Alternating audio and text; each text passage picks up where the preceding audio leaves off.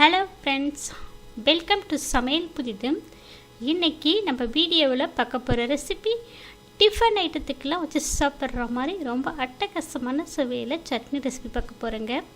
இந்த முறையில் நீங்கள் இட்லி தோசைக்கு சட்னி செஞ்சு கொடுத்தீங்கன்னா ரொம்ப விரும்பி சாப்பிடுவாங்க. இது இட்லி தோசைனால இந்த சட்னி செய்ய சொல்லி கேட்பாங்க, அவ்வளோ ருசியாக இருக்குங்க.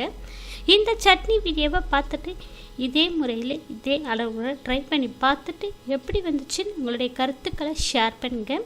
இந்த வீடியோ உங்களுக்கு பிடித்திருந்தால் லைக் பண்ணுங்கள், ஷேர் பண்ணுங்கள், சப்ஸ்கிரைப் பண்ணுங்கள், கமெண்ட் பண்ணுங்கள். இந்த வீடியோவை ஸ்கிப் பண்ணாமல் முழுமையாக பாருங்கள். இப்போ வாங்க இந்த சுவையான சட்னி ரெசிபியை எப்படி செய்கிறதுன்னு பார்க்கலாம். இப்போ சட்னி செய்யறதுக்கு கடாயில் 1 டீஸ்பூன் அளவுக்கு எண்ணெய் சேர்த்துருக்கேன். இதில் 2 டீஸ்பூன் அளவுக்கு கடலைப்பருப்பு சேர்த்துருக்கேன். அடுப்பை மீடியம் ஃப்ளேமில் வச்சுட்டு கடலைப்பருப்பை வறுத்து எடுத்துக்கலாம். இப்போ கடலைப்பருப்பு வறுப்பட்டதும் இதில் 1 பெரிய வெங்காயம் சேர்த்துருக்கேன். இது கூடவே காரத்துக்கு 2 பச்சை மிளகாய், ஒரு பெரிய சைஸ் பூண்டு பற்கள் 1 சேர்த்துருக்கேன், ஒரு சின்ன துண்டு இஞ்சி சேர்த்துருக்கேன். வெங்காயத்தை கண்ணாடி பதம் வர அளவுக்கு 1 நிமிஷம் போல் வதக்கிக்கலாம்.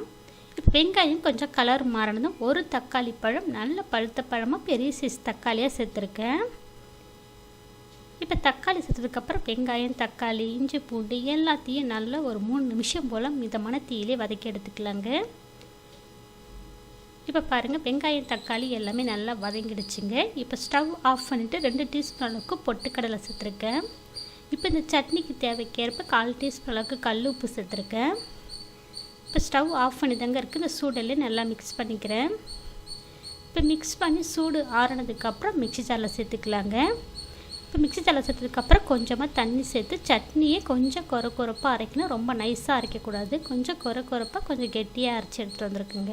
இப்போ இந்த சட்னியோட ஒரு 1/2 டம்ளர் அளவுக்கு தண்ணியும் மிக்ஸ் பண்ணியிருக்கேன். இப்போ சட்னிக்கு தாளிப்பு கொடுத்துக்கலாம். இப்போ ஸ்டவ் மேலே தாளிப்பு கரண்டில் 1/2 டீஸ்பூன் எண்ணெய், 1/4 டீஸ்பூன் கடுகு உளுத்தம் பருப்பு, 2 வரமிளகாய் சேர்த்துருக்கேன், ஒரு சிட்டிக்கை அளவுக்கு பெருங்காயத்தூள். இது எல்லாம் பொரிஞ்சதும் கொஞ்சமாக கருவேப்பிலை சேர்த்து இப்போ நம்ம தாளிப்பு கலவையை சட்னியோட சேர்த்து மிக்ஸ் பண்ணிக்கலாங்க. இப்போ சட்னியை சுட சுட இட்லியோடு பரிமாறுங்க. சப்பாத்தி, தோசை, நான், ரொட்டி, ஊத்தாப்பம் இது எல்லாத்துக்கும் ரொம்ப அருமையாக இருக்குங்க. இந்த முறையில் நீங்கள் சட்னி அரைச்சி கொடுத்தீங்கன்னா இன்னும் டிஃபன் ஐட்டம் செஞ்சாலே இந்த சட்னி செய்ய சொல்லி கேட்பாங்க, அவ்வளோ ருசியாக இருக்குங்க.